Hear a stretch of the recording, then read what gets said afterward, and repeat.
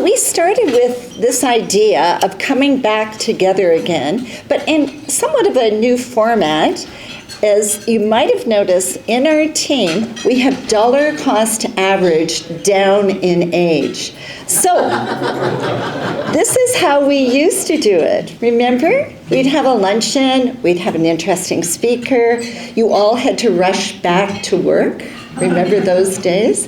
And now you can kind of hang out, and we'll be hanging out for questions and anything personal you'd like to ask. So feel free, we've got the room for quite a while. So I'm just going to say that obviously there's a couple of points here. It's nice to come back together and see people that we used to see before. It's nice to be together. Secondly, this topic is hot. So we will be running these regularly, and we welcome in your package, we have a review form, and we're looking for subject matters. We have queued up for October a firm that's looking at way down the road when you're thinking about, should I go on a cruise ship or should I go into a senior's residence where they make my dinner, do my laundry, or should I cruise? They have a system where you can still be in your home, but you order off a menu. It's called Home Instead. So we've asked them to come in and speak. I'm very impressed. I kind of want to go to that senior's home. Don't we do yoga and play cards? Anyways, I'd like to just introduce, we have a fabulous team. A couple of our members are back at the office with their heads down, butts up, working on the capital gains inclusion on corporations. And we're trading this week, and we're shaking the TSX. So the capital gains inclusion is really harsh with corporations and really harsh if you're over 90 of ill health, 1 foot on a banana peel. I'm triggering your estate now. Nobody in this room applies. So you're all good. I'll leave politics alone, but I'm pretty sure this is going to get reversed. So my talented team. Hello, Sunshine, Cheryl. She lights up her room. My right hand, Mona Schoenfeld. Here I am. Here she is. 20 years together. Yay. I know. Just a brief memory for our Keith, who passed away about 2 months ago. It was Mona, Keith, and I building the business for the last 20 years. He'll be greatly missed. Yeah. You just never know, huh? Yeah. Here we have, over on this side, I have Peter waiting because he's going to introduce our speaker. So this is in no particular order. We have Michaela, who does all my stuff.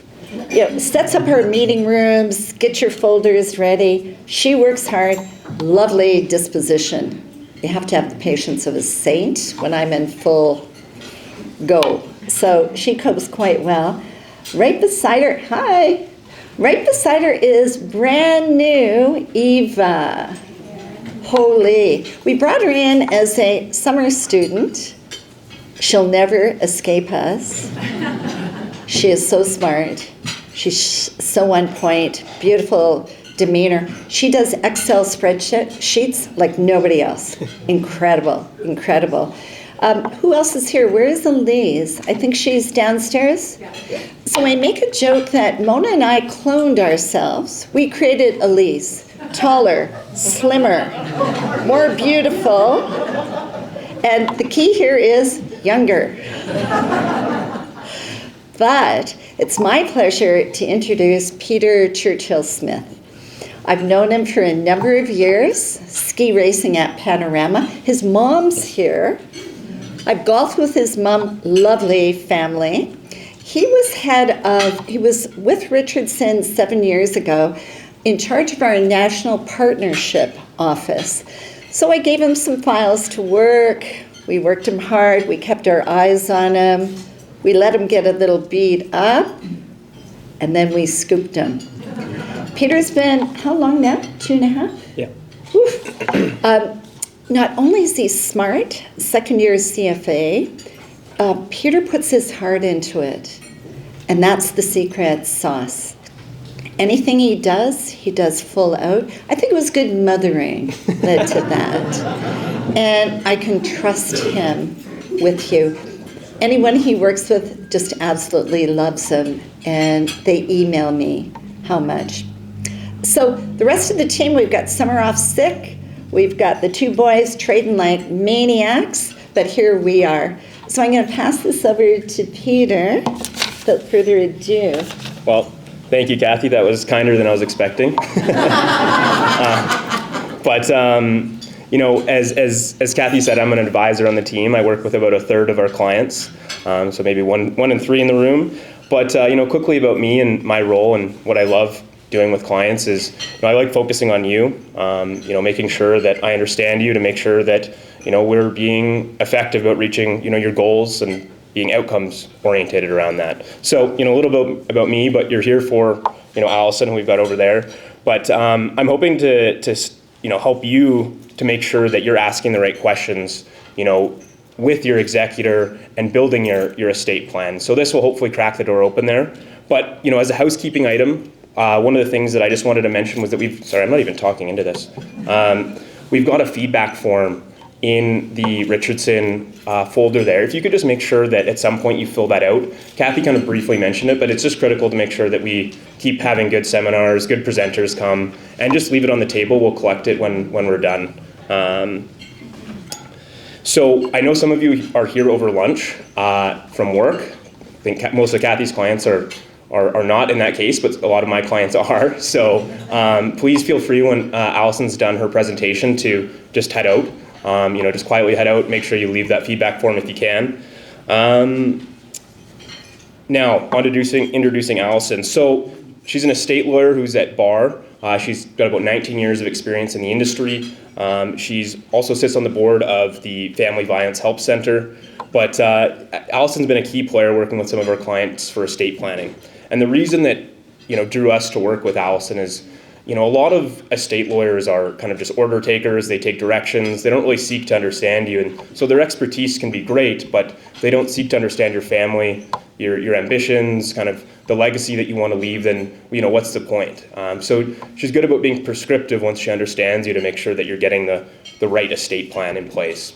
And hopefully this presentation helps highlight some of that, especially with, selecting an executor. She's also a marathon runner. An avid golfer, I hear, much better than me, that's for sure. So if you don't learn anything from the estate planning, I'm sure she can give some advice and take a couple of strokes off your golf game. But without further ado, Allison, I'll have you come on up.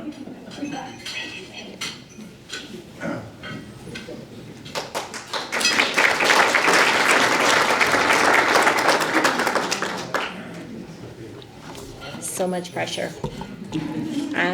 Thank you for coming today. Just trying to see where I can put my water so it doesn't fall. I apologize for wearing orange in Flames country, but I am from Edmonton and we have a big game tonight. Go Oilers. Canada's cheering for you, hopefully, even Flames fans. Anyways, I am a wills and estates lawyer. Unfortunately, I didn't realize I've been practicing for 19 years. I still feel like I'm in my 20s, but I guess I'm not. I love what I do. Some days I say my job is more interesting than watching anything on Netflix because families are complicated. And when someone passes away, they become even more complicated. I often say that after the mother or the father pass away, that the children often revert to their 12-year-old selves. And it's looking at what the relationship between the kids was when they were 12 will often show what the relationship will be between them once mom or dad passes away. So something to think about when you're doing your estate planning and who you're choosing as your executor. By a show of hands, who are the executors in the room today? With your spouse. Even with your spouse, yes. Okay. Oh, I'm Kathy's. Oh, you're Kathy's. Uh-oh. I get the jewelry. You get the jewelry. That's good. Make sure that will stays updated, that you still get the jewelry. So a little bit about my practice. I do estate planning. So that is the preparation of the will, the enduring power of attorney, and the personal directive. By a show of hands here, who has a will? Not everyone's hands are up. Kathy, you're not doing your job. Okay, don't give the naggers. Okay. Who here has a personal directive? Okay. And finally, who has an enduring power of attorney? Okay. So before we get into the juicy stuff with estate planning and estate administration, I just want to go over all three documents generally. So the enduring power of attorney is the document where you appoint someone to be your attorney. It's not me as your lawyer. To deal with your finances at a later date. So it can come into effect immediately, or it can come into effect upon loss of capacity or by your own choice if it's in the document. And then the person appointed as your attorney is the one that gets to pay your bills, file your tax returns, make sure that you are taken care of if you need to be moved into long-term care. They would be selling your house and gathering up all your assets to ensure that your bills are paid during your lifetime. When you die, the enduring power of attorney ends and the will takes effect. The other document is the personal directive. The personal directive is a document most people do not want to talk about. The personal directive is the document that you appoint someone as your agent to make healthcare decisions for you. So healthcare decisions would be decisions as where you would live if you've lost capacity, what sorts of treatments you would receive, if life support needs to be withdrawn, and then specifically with respect to medical assistance in dying, if it is in your personal directive and you have made the choice for medical assistance in dying, your agent would be the one who would carry out your wishes if you had been approved before losing capacity. So those are pretty big decisions. It's a difficult document because people don't want to talk about end-of-life decisions. I find it's easier to talk about death rather than incapacity. So that's part of my estate planning practice. And then I do the estate administration for our executors today. I work with executors to help them administer the estate and to distribute the assets to the beneficiaries. Sometimes it's fun. Sometimes the executor at the end of it tells me they never want to do that again because there's lots of crappy jobs involved. And then finally, where I get all my juicy stories from is my contested estate practice. My contested estate practice, I often say, is better than Netflix because families are complicated, and if they want to fight, they will fight, and they'll fight over sometimes the silliest things. So in your package, I gave you a whole bunch of materials. I gave you a glossary of terms, so you will know what I'm talking about, because I use different terms, and sometimes you're not sure.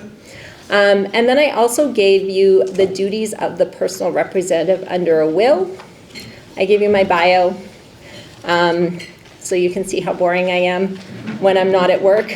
And then finally, I gave you the questionnaire that I give to executors on the estate administration if there is a will. So it says testate, meaning there is a will. Intestate means there is no will. So looking at the duties of the personal representative under the will. So with the will, the will comes into effect immediately upon death. So before death, the will is not in effect. Once a person passes away, the will comes into effect. So your first job as the personal representative is to arrange the funeral.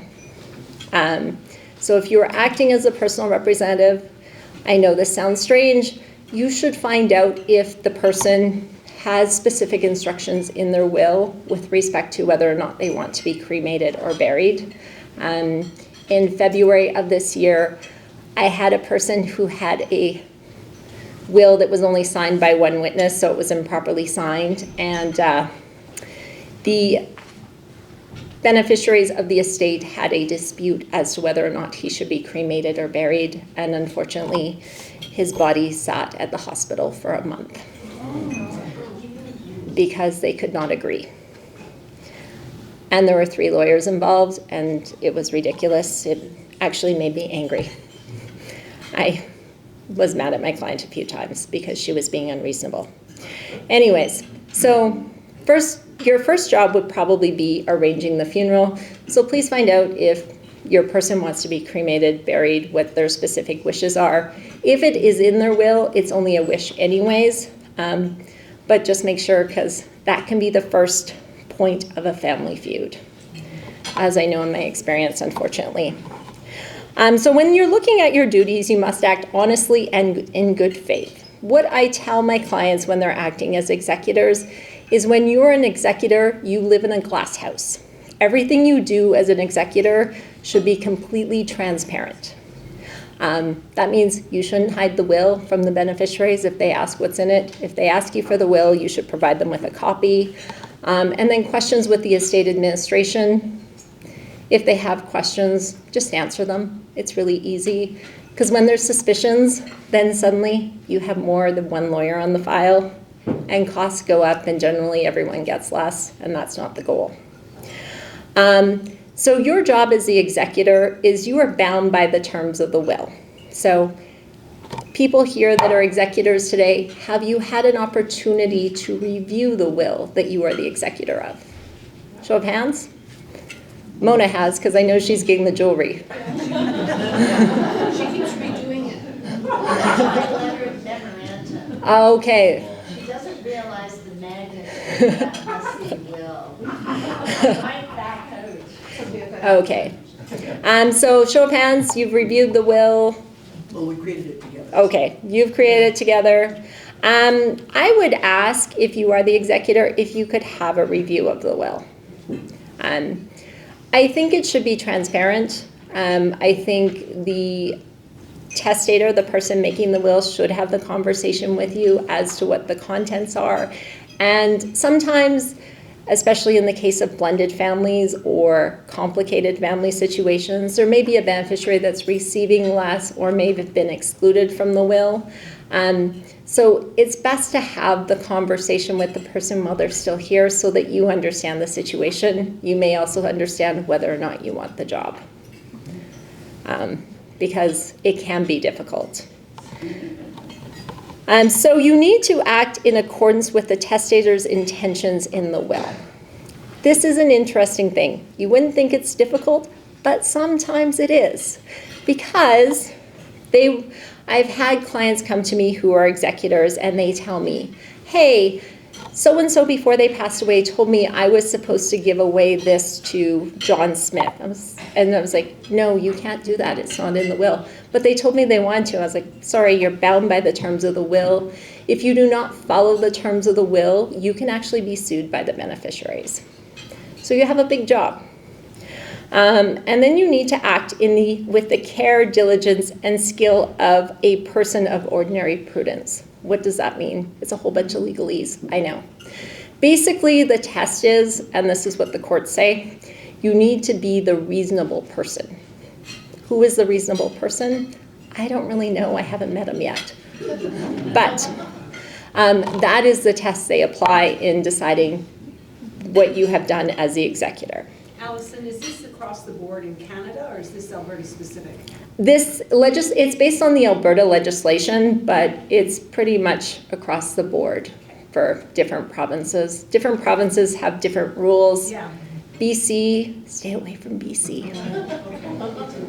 They're even more complicated. Mine is my mom in Manitoba, that's why I'm... Okay, BC, stay away from BC. Okay. My parents live in BC, and they've appointed me as the executor. I'm like, oh no. Way more probate fees, way more litigation. It's not a good province.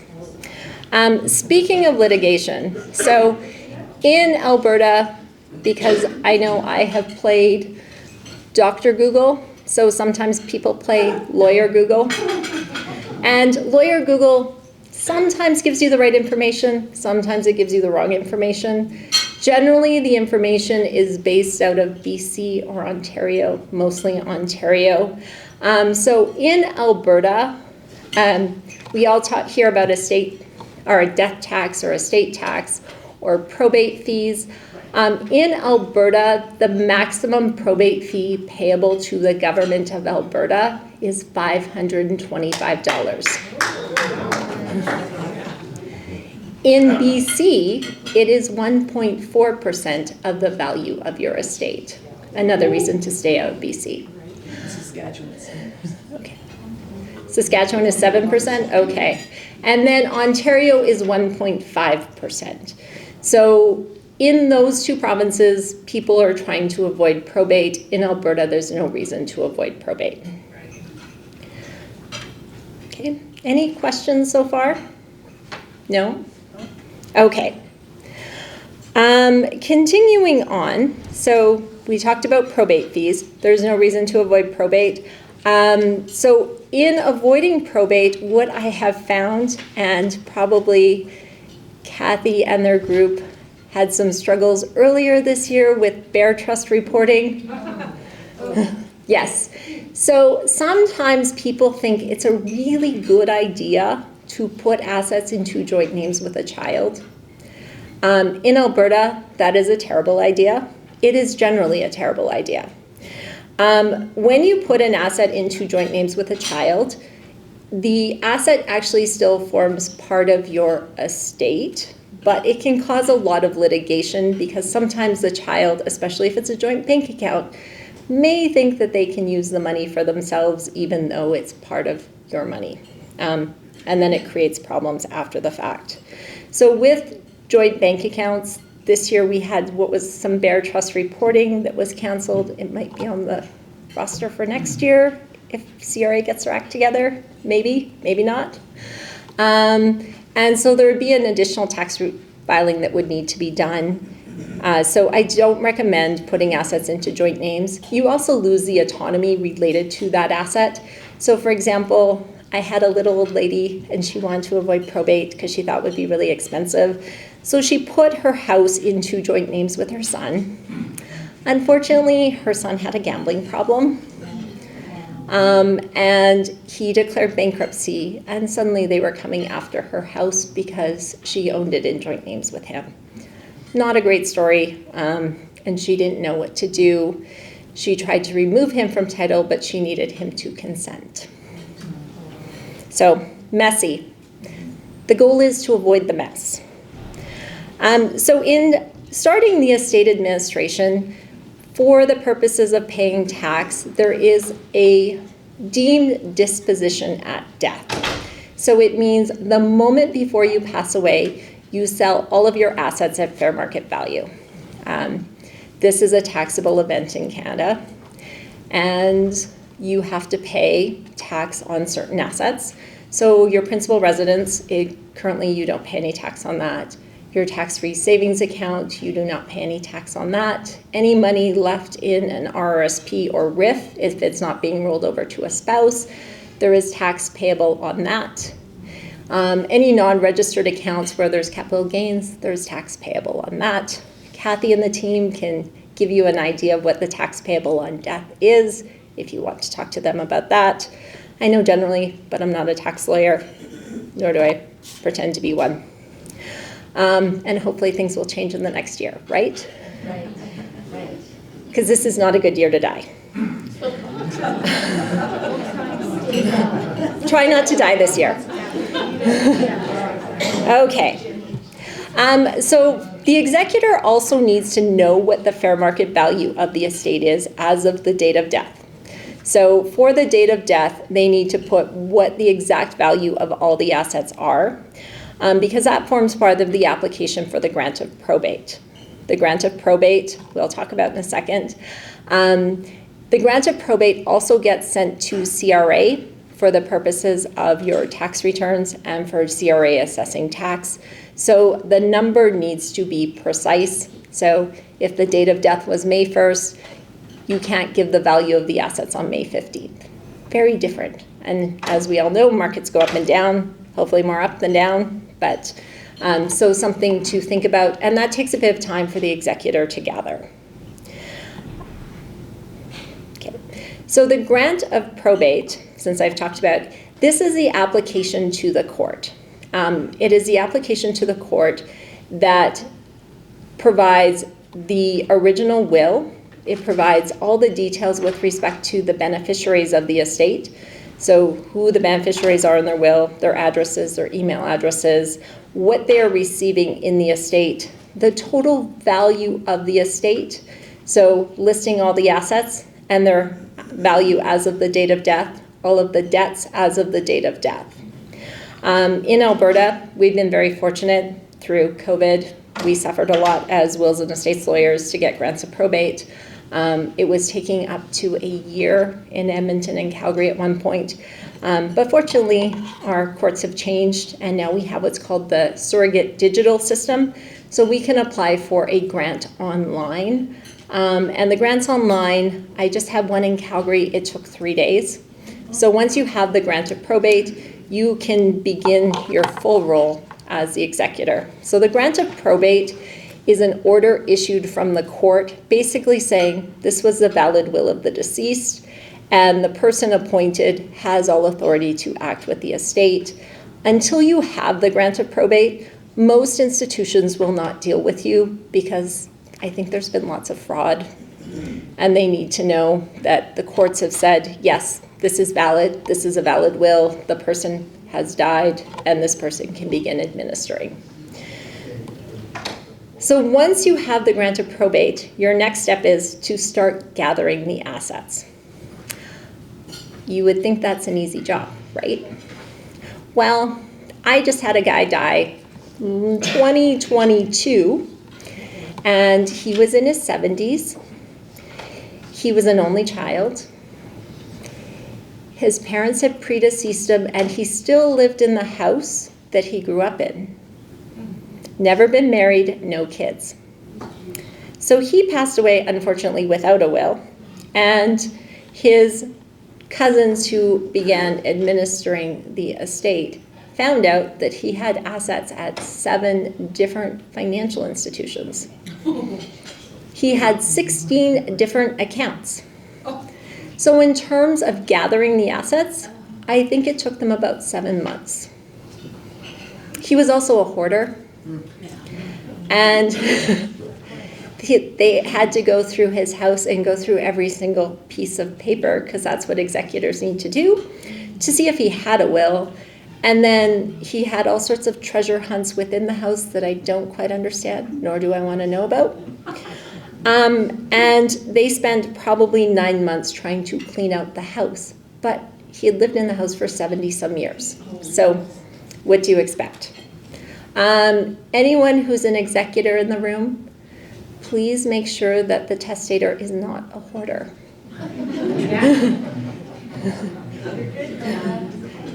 Because, yes? Talk a little bit about the process for them to be able to act as executor. Yes, okay. So the process to act as executor, it's actually the will that gives you the authority. So the will gives you the authority to act, but the person needs to die.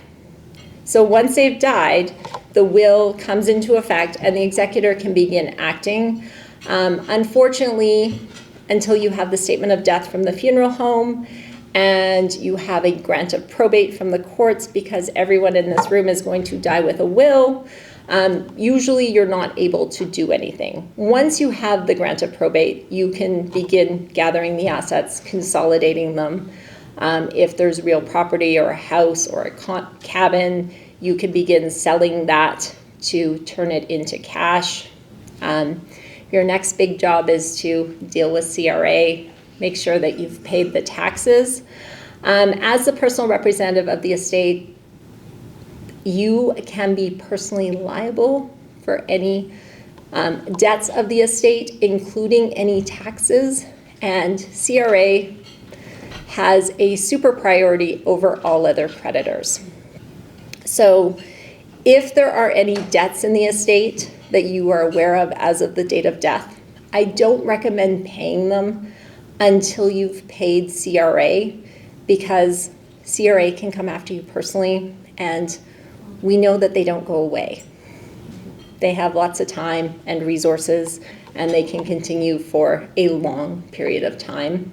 Allison? Yeah. How did they even find 16 accounts? Did they go to the tax return? Like, how do you? He was old school. He received mail. Yes. Could you just talk about, I meant the intestacy. So they didn't just get. Oh, okay, yes. Oh, They had to go okay. through a process. Yes, There was oh, no okay, will. so, Right. yes, okay. Oh, you want me to talk about that? Just a little bit, because I want to put the fear of God into anybody. Okay. So, these ladies have been on quite the treasure hunt. They're lovely. They're in their 60s. They're retired. So, their cousin, Douglas, who lived at home, never been married, no kids, never wrote a will. He was, and his parents predeceased him. So in Alberta, we have what's called the parentalic distribution chart. I know, it's complicated. So what happens is when someone dies without a will, you first look to see if they have a spouse. So X there. You see if they have children, X there. So then we see if he has siblings, X there. Then we go up to see if he has parents. They've both died, so XX.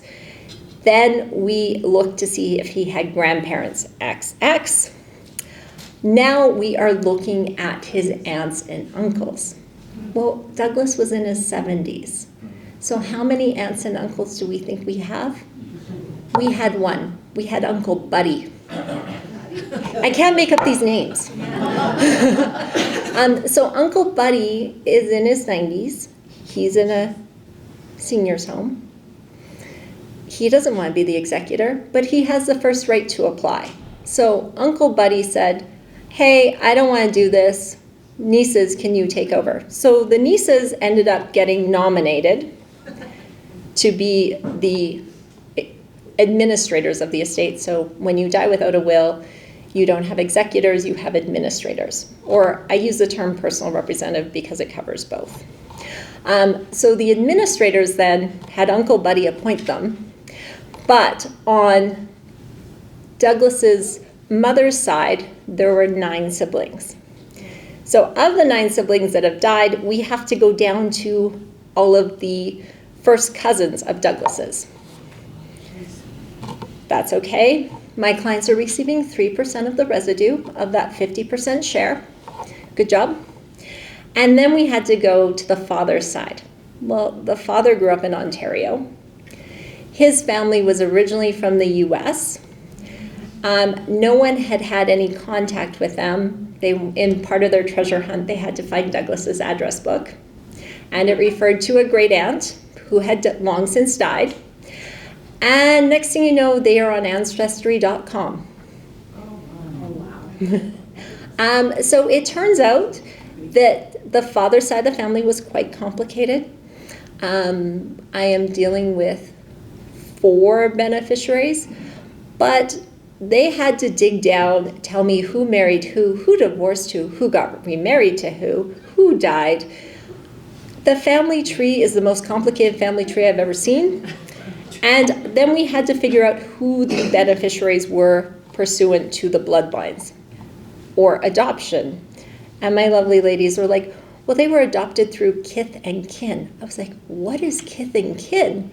Basically, a great aunt took 2 kids in because they had been abandoned by their parents, so they felt they should be part of the estate, but they were not legally adopted.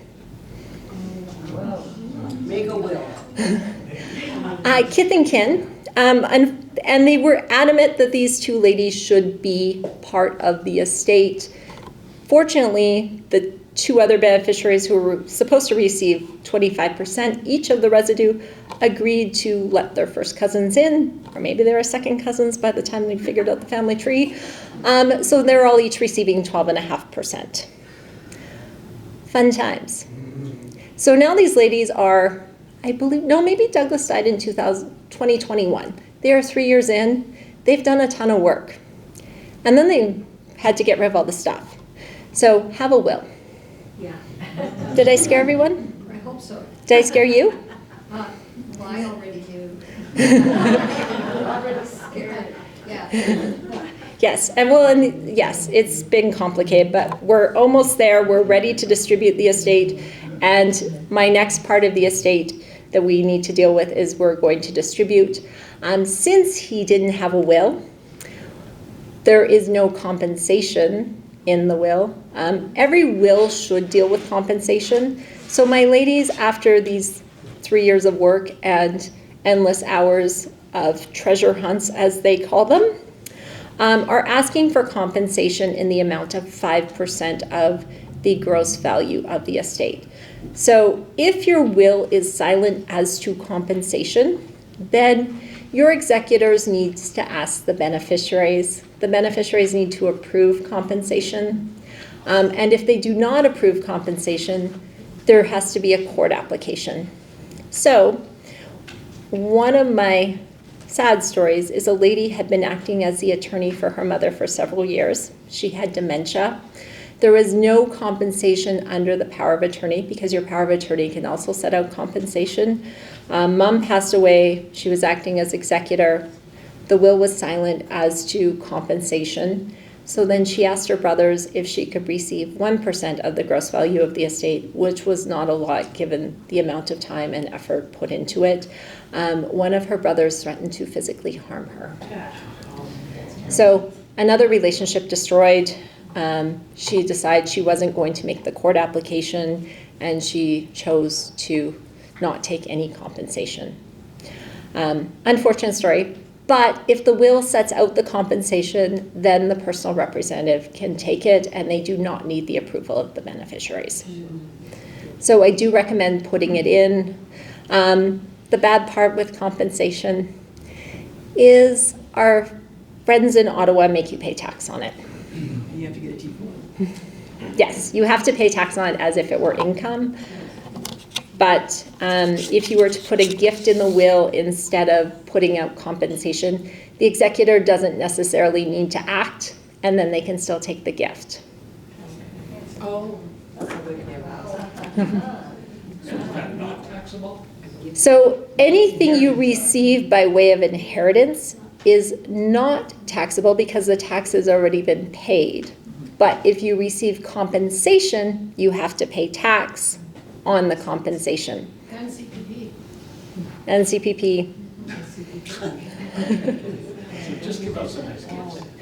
But if so you can put the gift in your will, but if it is worded in such a way that it would suggest it's compensation, the person receiving it would still have to pay tax on it. So if you just put a gift in the will, they can take it, but they can also claim compensation.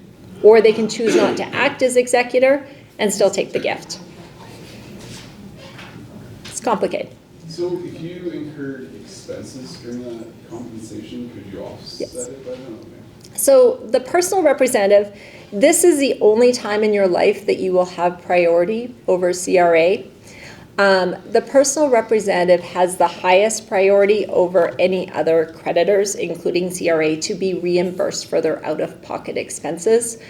So if you've been out of pocket for, sometimes funeral homes won't want money directly from the executor, or if you're having to pay costs related to the estate to ensure that the home is maintained, etc., then you can be reimbursed for your out-of-pocket expenses. You're also to be reimbursed from your expenses with respect to the rehiring of any agents. So agents would be an accountant, a lawyer, anyone else who can assist you with the estate administration and make your job better. So would that, like, the list of reasonable expenses be on the CRA website? Or? No, I would just speak to the lawyer assisting you on most expenses can be reimbursed. The only time I took issue with an executor's expenses is they flew to Hawaii to have a meeting. Which seems reasonable, right? Yeah. The deceased died in Morinville. Yes. What about charging interest on those expenses over time? You can usually be reimbursed fairly quickly for the expenses, again, because the grant of probate can be issued relatively quickly. Sometimes financial institutions are great if you take the bills down to them and they will actually pay them directly for you if you're the executor. If you're out of pocket, we try and get you paid as quickly as possible. I was more referring to the out-of-pocket expenses that are incurred initially, and then if there's a time lag, then I've never had anyone request interest. I've never actually paid it to anyone. It's one of your lovely jobs as an executor. You get to incur a bunch of expenses and then get reimbursed. It's a free loan, but I guess we could put in the will, any expenses incurred you could put interest on. My only concern was if you were charging interest that one of the executors or one of the beneficiaries might be upset. But it could Might have be, to claim it as income for CRA too. so, and you may just, if it was put in the will, then they wouldn't be able to contest it or cause any issues. Okay. So once you've paid all the debts, you've gathered the assets, you've filed the tax returns with CRA, you've received the notice of assessment, and you are applying for a clearance certificate. The clearance certificate is the letter from CRA that says there's no further taxes owing, and that you are scot-free as for personal liability with CRA as the executor. You get to distribute the estate. So distributing the estate seems fairly straightforward, right? Well, there's a bit of an accounting.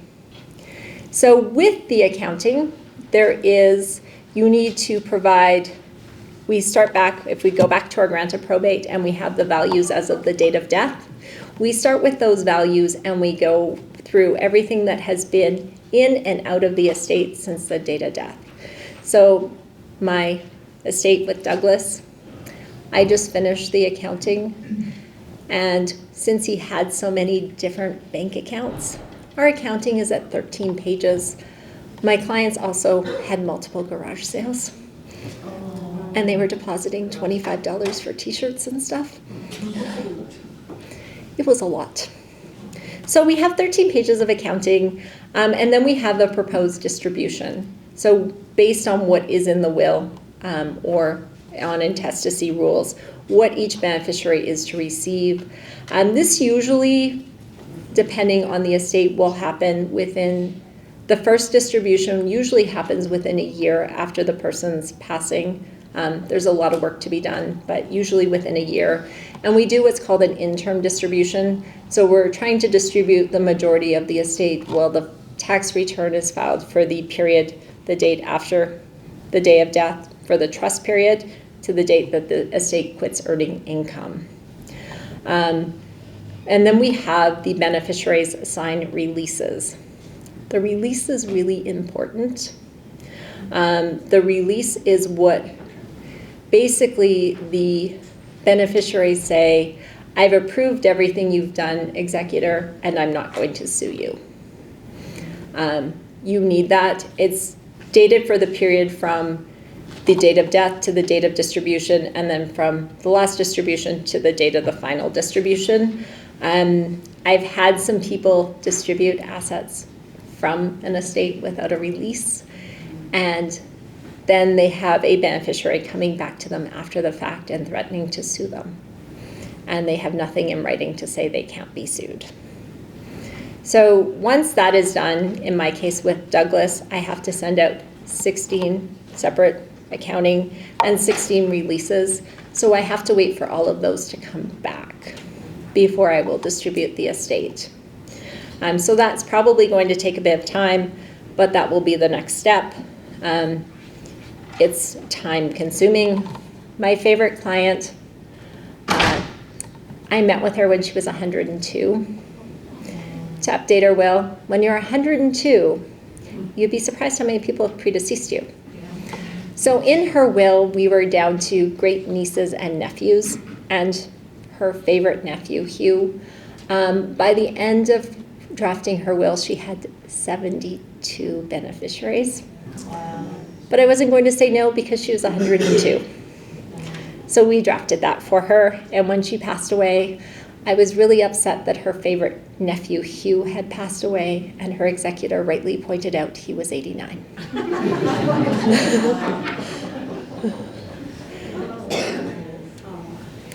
Okay, so I have done lots of talking, but one of the things I do find that wills are missing is how to deal with household goods. I know it seems silly. Household goods are the most contentious things I've ever dealt with. So in the will, it should deal with household goods. If it doesn't, tell the testator they need to update it. There needs to be a method, especially for families, on how to distribute the personal property. And everyone tells me, well, my kids don't want anything. I'm like, well, you don't know that, and sometimes things change after someone passes away. So in my own personal life, my grandmother, who I was very close to, she died in the 90s. So it's been a long time. My grandmother had 4 daughters, one being my mom. And my oldest aunt, my Auntie Marge, she was not the executor in the will. It was my Aunt Maureen. Yes, they went with M names until they had Pat. My mom's Marilyn, so she was in the M's. Anyways, my Auntie Marge, the oldest, decided after my grandmother died that she was going to go into the house because the will didn't have anything in it with respect to household goods. And she, as the oldest, of course, should have first selection as to what she wanted. So she went into the house, she picked a bunch of items, including my grandmother's wedding dress. My mother lost her mind. The 2 of them did not speak for 8 months, and my mom was devastated that my aunt had taken my grandmother's wedding dress because she wanted me to have it. Lovely sentiment. What my mother failed to take into account is that my grandmother was 5 feet tall and a size 0. Clearly, the dress would never fit, but it was the principle. So in my practice over the years, this might shock you, I have had tons of disputes over household goods. I had the most contentious dispute over 7 belt buckles. True story. Horse harnesses, a washing machine that was 20 years old. I still don't get that one. And I also am aware, and this is not my file, of a dispute over a grapefruit spoon that has gone on for 7 years. This is stuff you can't make up, and maybe this is why I don't need to watch a lot of Netflix.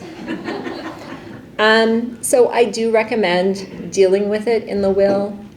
What I often recommend to clients is putting in a random selection clause, just that whoever gets, similar to a hockey draft, since it's a hockey night, whoever gets to choose first round would choose last, second round, and you kind of keep snaking through until everyone gets to pick what they want.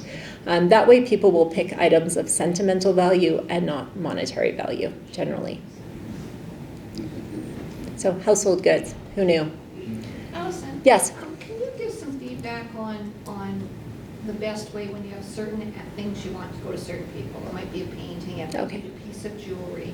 And I often see in the wills, that there's a list attached versus it being right in the will. Okay, yes. So with specific items in your will, you can have what's called a memorandum of wishes. And the memorandum of wishes is something you do. If clients give me their memorandum of wishes at the time of signing the will, I will draft it. If you are married and you and your spouse have wills that are the same, I recommend you have the same memorandum of wishes because they're only going to look at the one where the second person died. So something you need to consider. Other times, so with the memorandum of wishes, it's a wish, but I put wording in the will that it's to be binding on the personal representative and the beneficiaries, so that the personal representative has to distribute that property to those beneficiaries, like Mona's receiving Kathy's jewelry, hopefully, unless it's been updated. Or other people have very specific items they want in their will. It is binding if it is in the will. Everyone knows where it is, because sometimes memorandum of wishes disappear. I do recommend with clients, because I have trust issues and people tend to lose things, I usually keep the will. I know what's great about Kathy and her team is they have copies on file to make sure things are updated and they know where they are, and also probably to watch over you and make sure it's been done. So it can also be in the will. So sometimes for larger value items, sometimes there's a vehicle or a piece of property that they want to go to a specific beneficiary, so I actually put that in the will. Yes? Allison, I'm all wound up about pets. Oh, I have my dogs in my will. Okay, pets. Pets are fun. So unfortunately, our government thinks that pets are property. I disagree. My dogs would say that I'm their property and they just rule my life, and they tell me what they need and I just do it. Same. So with your will, if you do have pets, I do recommend putting a clause in your will with who is to receive your pets upon your death. And if that person is unable to take them, where they should go. I've also done some really interesting drafting with respect to trusts for pets, but I won't go into that.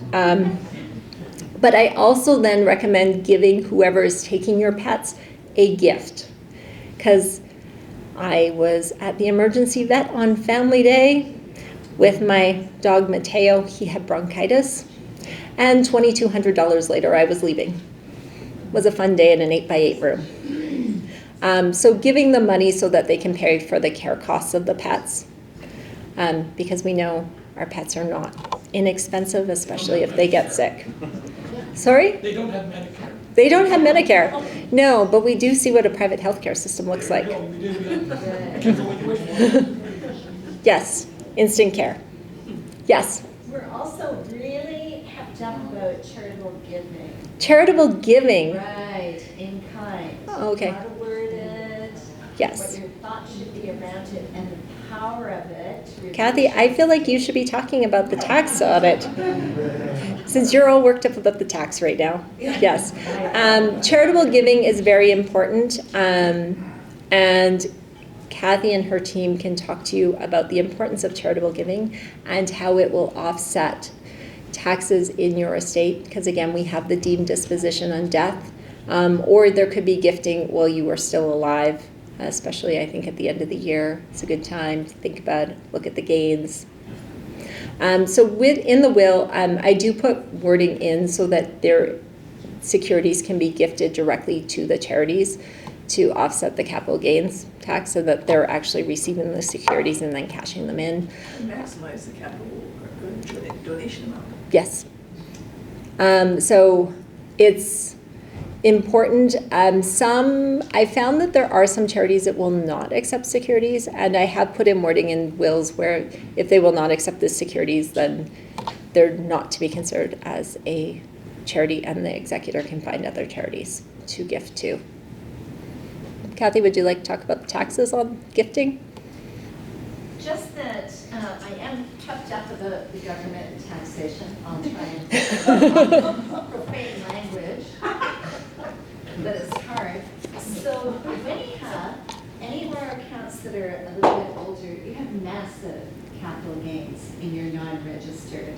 And if you're, we just saw, I see Robin over there, we just talked about this yesterday. If you've got like CP Rail, Canadian Apartments, CI Global, Tech Innovators, holy cow, your capital gain is enormous. It has to be in your non-registered. If you, while we're all alive now, if you determine you want to give to a charity and it's a fair amount, 1,000, 2,000, we'll just donate that stock or that mutual fund in kind. So don't sell it. We don't want to sell it. We'll send the charity that position. It's a whole pile of paperwork. So we start in September. Our team, on behalf of you, gives the most to charity of all teams with Richardson Wealth in Canada. So Carla has it in September, and we're very active. So just giving to charity is good karma, right? Yeah, the Meow Foundation, things like that. So on the year of death, if Allison hears you on this, and I suggest we should maybe have Allison hear you on this. When we send you. So you can give your executor the power to use charitable giving, not to avoid tax, not GARM, but to donate shares in kind on the year of death and the year preceding. You can actually zero out your income. So here's your choices, your beneficiary choices, your family, your friends, your charity, or CRA. Our friends in Ottawa. Because they spend our money so wisely. So, this is a good thing to do. And charities are really in need, and they just sell it, and they don't pay any capital gains. So the moment it leaves our doors, wham, there's the value. So a couple of years back, I donated to Heart and Stroke, and I had some, don't laugh, I had some cannabis stocks. So I donated them, and I said to the charity, cash them fast. So they cashed them, they didn't pay tax, and I missed all of the capital gain. So it's awesome, it's awesome. So, how to disinherit CRA, may I suggest? There's other ways like life insurance, but that one's easy, it's in your will. Allison? Yes. So with respect to what Kathy's saying, would you recommend using a percentage amount when it comes to donating stock or a dollar? It depends. Yeah. I think as the wills and estates lawyer, I prefer to work with a team of professionals, and they can give me the advice. You would know the tax amount on death. So I can give a general ballpark, but you would know it better than I would, because people generally don't know what the gains are. I think the reason for my question is I've recently had a client in the last 2 years who gifted a dollar amount. Okay. And the dollar amount really encroached on the other beneficiaries. So with your estate planning, because it really depends what your estate looks like. So when you do planning, you plan for today, but then life changes. So if you're doing specific dollar amounts, if your estate goes down significantly, the dollar amounts get paid before the percentage amounts get paid, because the dollar amounts are considered what are specific bequests, and those get paid out before the percentage amount. So the percentage amounts get paid after everything else has been paid out. I will sometimes do a percentage amount up to a maximum dollar amount, depending on the estate, but it's really, again, working with the team of advisors to figure out what is the best situation for the client. And it may be the best situation today, but they need to take a look and update accordingly. So just at least stand up. This is the clothing that's gone on. Just as I said. Okay. Yes. If you are doing that as a percentage and you're liquidating all the assets of the deceased prior to doing that, aren't you opening yourself to litigation because they may not feel that you're getting fair market value for the assets to increase, to make sure that they're maximizing their percentage? It would be a calculation at the time, because obviously with the securities, it's the value as of the date of death, but it's going to go up and down. So, but yeah. The percentage would be after tax, after CRA. It's the part of the final distribution, not the argument. Yeah. The argument is, I think, market timing. So if you're in a correction, should you hold on to the shares or the stock? Ooh, Okay, so I wasn't thinking just of stock. I was thinking of all the assets like household goods and all of those types of things. If you're just giving percentages, are you referring just to stocks and unregistered? So everything gets sold. Everything's sold the minute you die. That's the value. And then it's not necessarily sold, it's deemed sold. Deemed sold, yes, deemed sold. Yes, thank you, Ryan. And then this is a big job depending on the estate. I think the executor is just trying to do their best, and any sort of timing. I think there's probably some indiscretions done where somebody sells something to their friend. That's Yeah. really tough to. One of the first questions I ask when I'm informed of a death, if I ask the executor, do you want the accounts liquidated to cash? I'm sorry, I missed. Do you want the accounts moved to cash? Because if you've got an executor and 3 or 4 beneficiaries, and you've got invested accounts that are worth a lot of money, and the market corrects, it's ultimately the executor that answers back to the beneficiaries. So I always not only ask that question, but I record it in my notes in case anyone ever comes back after a market drop. Right. Because ultimately, as executor, you do distribute, so you are in charge of those investments until everything is distributed. CRA deems them to be sold, but they're still Going up subject and to down. market activity. Yes. But I guess you could argue about anything, and that would be an area of argument, but this is a big job. It is a big job. I was actually, as I was lost in the plus 15s today, I was like, this is a bit of a maze.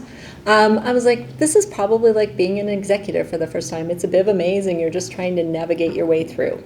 And it's difficult. One last comment. If you're an executor of an estate where there's blended families, that is extra difficult, especially depending on the relationship between the children and how that would work after a loss, or with the spouse and the children if you are the executor for the spouse who's passed away but the other spouse is still alive. And it's when choosing your executor or being the executor, it's really about the relationships with the beneficiaries and ensuring you maintain a good relationship. Going back to the Meow Foundation, I did meet someone from there the other day, lovely lady. And if you are an executor and you are gifting to charities, please be kind to them. The testator wanted them to receive the money or the specific donation in the will. They're quite often overlooked and treated badly, especially by family members, but it was the intention of the testator, and your job is to basically fulfill the intentions in the will. I've been talking for 55 minutes, so I'm assuming you want me to take questions, or if people need to go back to work. Yes? I'm thinking that if the Liberals had their way, they would impose an estate tax. What is your personal opinion of the probability? I'm hoping they're not here in a year. I'd also heard rumors that they were trying to put tax on your principal residence and have you pay capital gains. But I've been hearing that for a few years. Yes? At what age should adult children have wills? 18. I agree. It's not so much the problem is, and I did have a colleague who was in his 20s who passed away. He died without a will. And it was horrific for his parents because no one would talk to them. The dad couldn't file tax returns. He had a life insurance policy that he did not name a beneficiary on, so it was being paid to the estate. And I had his father calling me for about a year, and he would just yell at me. And I was like, I'm never working with anyone again that doesn't have a will. But also having an enduring power of attorney and a personal directive.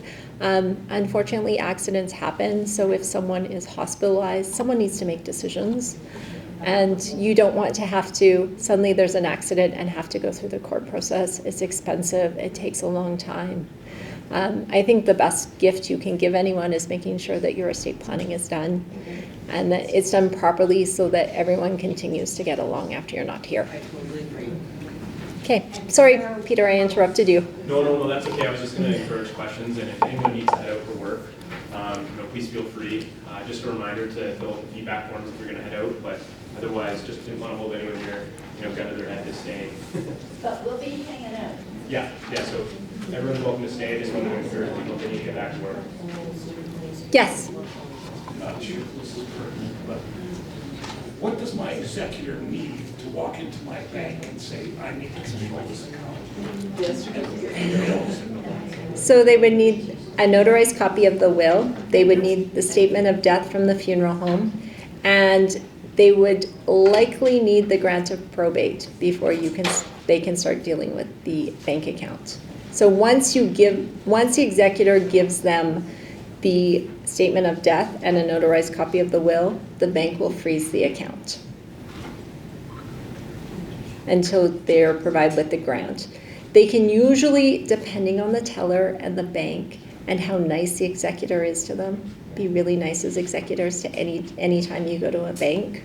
They will sometimes just pay bills directly out of the deceased's account until you have the grant. And I was going to say, if you have automatic bill payment. That will continue as long as there's money in the account. Okay. So, yes. Even if the person's passed? Oh. If you're nice. Oh. And they're nice.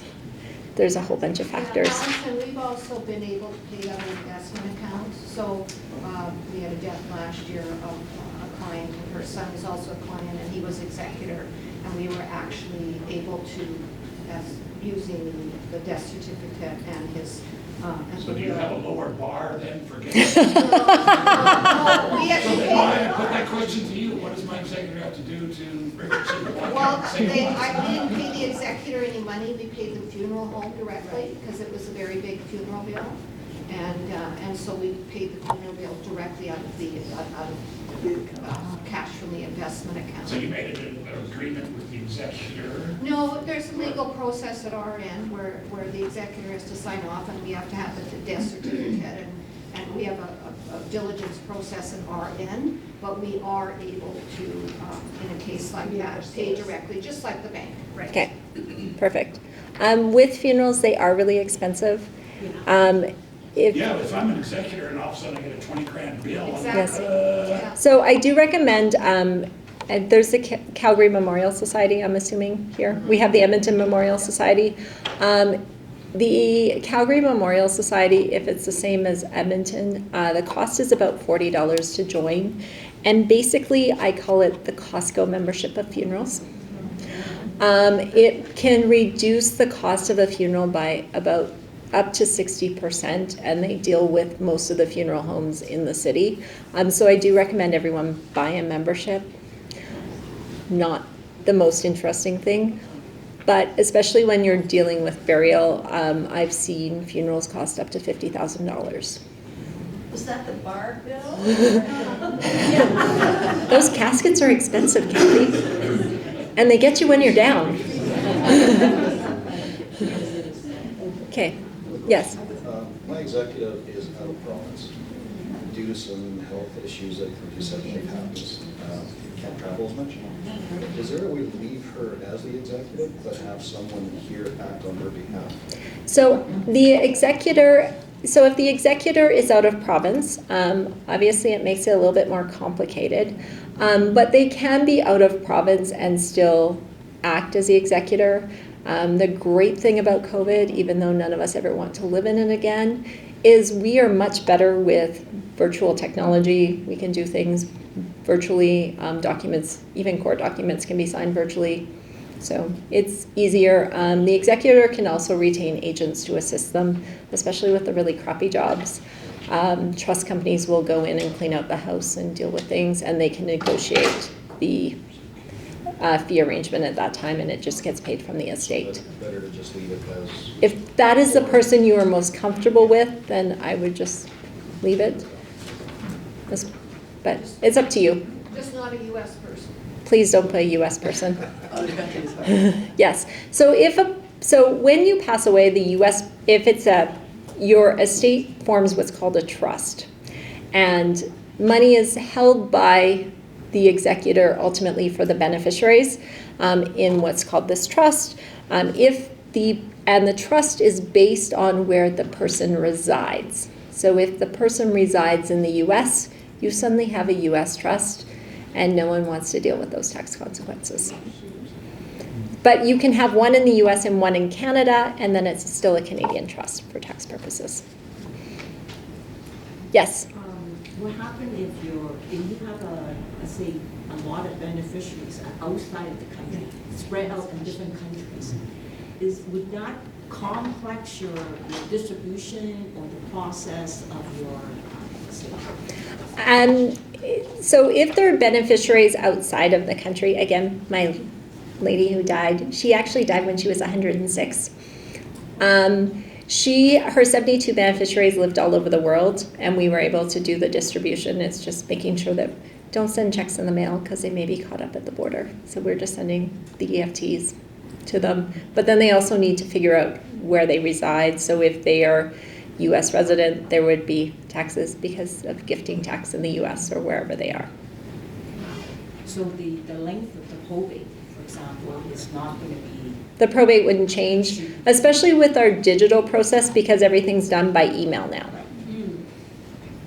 Yes. Lisa, if a probate was really long like that, Douglas, then you wouldn't be able to use a graduated rate or anything like that. If it goes over 3 years, your estate goes... We're almost at 3 years. And my ladies are not wanting to cash in his last GIC. I'm like, please cash it in. We need to stop earning income. Yeah, because, yeah. I know. But they're really excited about their 3%. But did you tell them the tax rate they're paying? I've tried. Okay. They're not the most sophisticated. Okay. And they're really enjoying the adventure. Yes. If for any reason beneficiary is not cooperative, like giving banking information for you to do the EFT, would that be holding up only their distribution, or they hold up everybody's distribution? As long as I had their release, because the executor needs to have the release. The release is what's key, because we don't want the executor, especially if I'm acting for them, I don't want them to get sued. So releases from all the other beneficiaries? All of the beneficiaries, yes. Even if the one is not cooperating? If they're not cooperating, then it would be seeking instructions from the executor if I need to make a court application to pass accounts so that they don't get sued. And then just asking that the cost be paid from their share. Yeah. Yes? So in this distribution of assets, what if one of the people overseeing doesn't think they got a fair deal and they're going to fight? How can that hold up? There's a full accounting, so if they didn't think they received a fair deal, then they would have to, if there's a black sheep saying, okay, you're not, you're getting way less than everyone else. And they say, well, I'm not getting the same share as all the other ones, and I want that. Do you know what? The great thing in Alberta is we have what's called testamentary freedom. So we have 3 rules. 3 rules. They're easy. One is your spouse should not receive less on death than they would have received on divorce. 2, if you have minor children, you need to provide for them. And 3 is if you have an adult child who is unable to earn a livelihood due to a disability, you need to provide for them. Otherwise, you can do whatever you want in your will. Don't. Yes, but if you do exclude a beneficiary from your estate or treat them differently, I always ask the clients to put a note into the will to explain that. So when you say beneficiary, or to exclude someone who's receiving part of the estate. So if they weren't getting any of it, then I would put a note in that they're not receiving it. Why would I have to do that? So I don't get sued. So say that I have a feud with one of my siblings, and I say, okay, I'm not passing anything to you. Okay. 0, and you're not in the will, and that's the end of it. So, you look at the will, there's no mention of them. Right. I always put a note in the will when someone's being excluded. So if you put in 5 of your siblings and decide to exclude the 6, I put a note in saying the 6 is being, after careful thought and consideration, you've decided to exclude them. I don't give the reasons. Yesterday I met with clients and they decide to give money to nieces and nephews and they excluded one, and in their notes to me they're like, because he is a bum. Yeah. Because he's a bum. Yeah. I was like, okay. Yes, sorry. That's a technical will not sign off, and you feel as executive or administrator that they have been treated fairly, do you have another option? Right? Yeah, so if they won't sign off on the release, the next option would be to make the court application to pass your accounts so that you are released of all liability as the executor. If you're having to make that court application, I would specifically be asking the court that all your costs incurred for that would be paid from that beneficiary share so that they would receive less. Encourage them to settle. Yes? Is it typical for legal fees to have a flat fee with your lawyer? Okay. Oh, this is, okay. Yes, so there's this thing called the surrogate guidelines. So surrogate guidelines, I never use them. Sorry, Peter, am I? No, Okay. we're good. We're good. Okay. Maybe just after this question, we won't cut anyone off. We'll hang around. We can answer more questions just for some people that might need to be somewhere else. Okay. I just want to kind of wind things up here. Okay, so the surrogate guidelines, they say that fees to get a grant of probate are $22.50 plus 1% of the estate. Some lawyers use the guidelines, some don't. I don't use the guidelines because sometimes there's more work involved, sometimes there's less work involved. It really depends on the client and how much they need me or not need me. So that's, some lawyers will say that when you are meeting with a lawyer as the executor, you can negotiate the fee agreement at that time. And then you sign off on it. And is flat fee pretty common or no? The $22.50 plus 1%, I don't use it, but I don't know what everyone else does. They don't tell me their secrets. Yes. Oh, sorry. No, go ahead. We'll do one more. I think you touched on it, but could you comment on joint beneficiaries, joint executors? So our sons are both executors, and it's and, so we must both agree, I guess, as to what happens, especially in the case where one lives in another province. Is that a concern? I never recommend joint executors. So I call my litigation practice, I call myself a solicitor because I don't want to be a litigator. I just want everyone to settle and get along and receive more from the estate.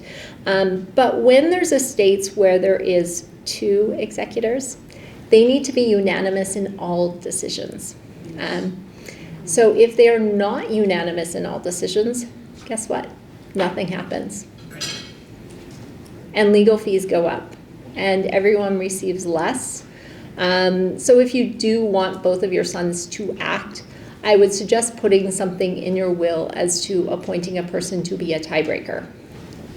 That way things can continue moving forward. My worst estates have been where people have appointed 3 executors and did not have what's called a majority rules clause, meaning that I only needed 2 of the 3 to agree. So it's all about the relationships. And I think that's sometimes missed in the planning side because you don't understand the relationships between the parties. So can we hire you to choose one of our boys? Sure. Oh, yeah.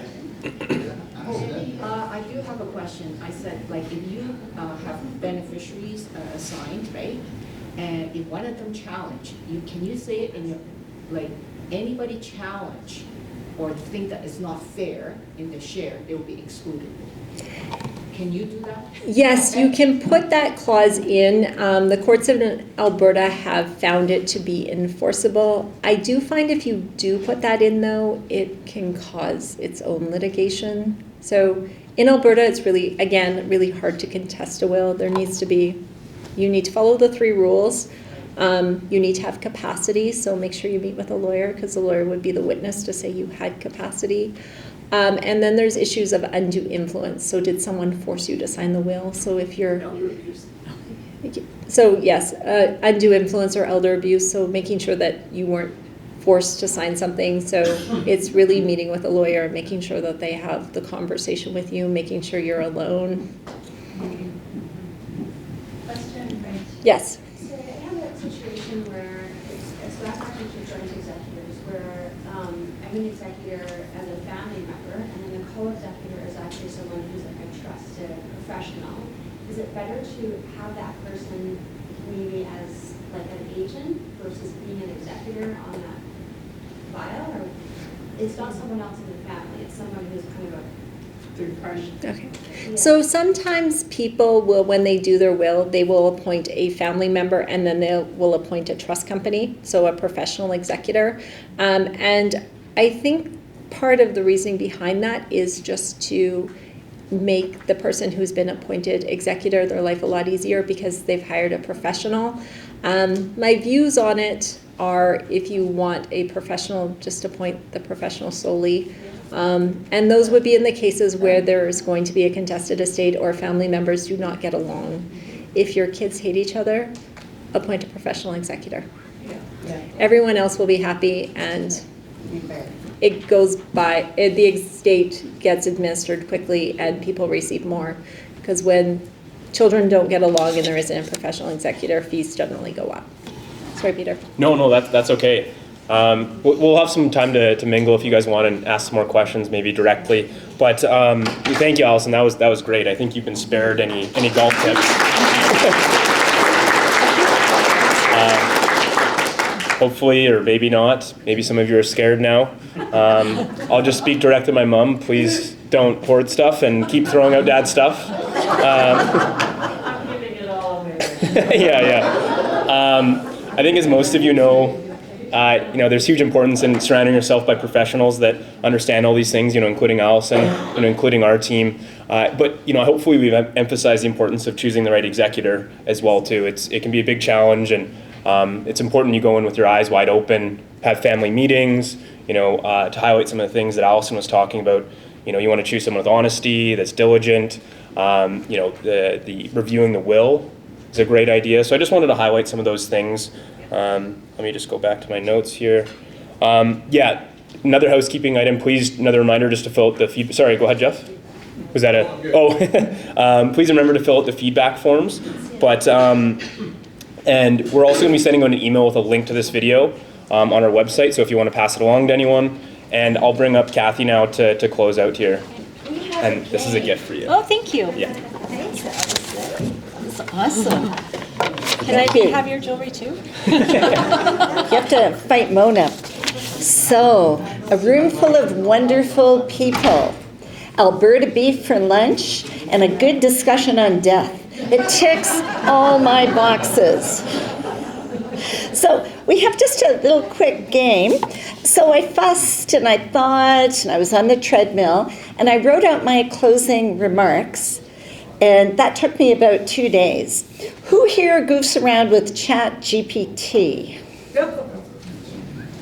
Yes. What is it? Don't ask me, ask Peter, somebody younger. So I put it up on chat last night, and I'm going to read you 2 closing versions. What I asked chat for, I said, we're doing a duties of an executor lunch. Can you give me some closing remarks? And then I took my 2 days of fussing and fretting, throwing everything at it, amending it, thinking about it. You know the route. Yeah, I knew you would. And I'm going to read both versions. Then I want to vote as to who thinks one is chat. And so see if you can pick my version.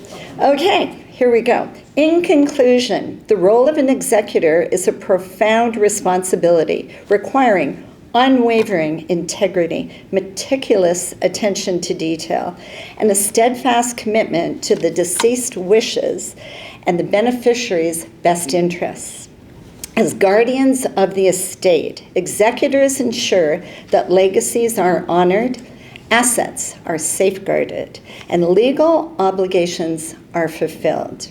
Let us uphold these duties with the utmost of diligence and respect. For in doing so, we perceive not only the intent of the departed, but also the trust placed on us by their loved ones. Version 1. Version 2. It is our honor and privilege to serve you and your family. We engage our collective intellect, but more importantly, we put our hearts into our work. Our intergenerational team is dedicated to serving you, your intergenerational family. From your esteemed elders to your children, and in some cases, your grandchildren. Transferring your legacy, both monetary and the values you hold dear, is our life's work. We aim to make a significant difference in your quality of life and subsequently the quality of your relationships. We are honored and grateful for the opportunity to serve you. Which one's Chad? You're number one. Number one. You're number one. You're number two. No, I disagree. You're number two. Number one's Chad. You're number two. Number one's Chad, number two's Kathy.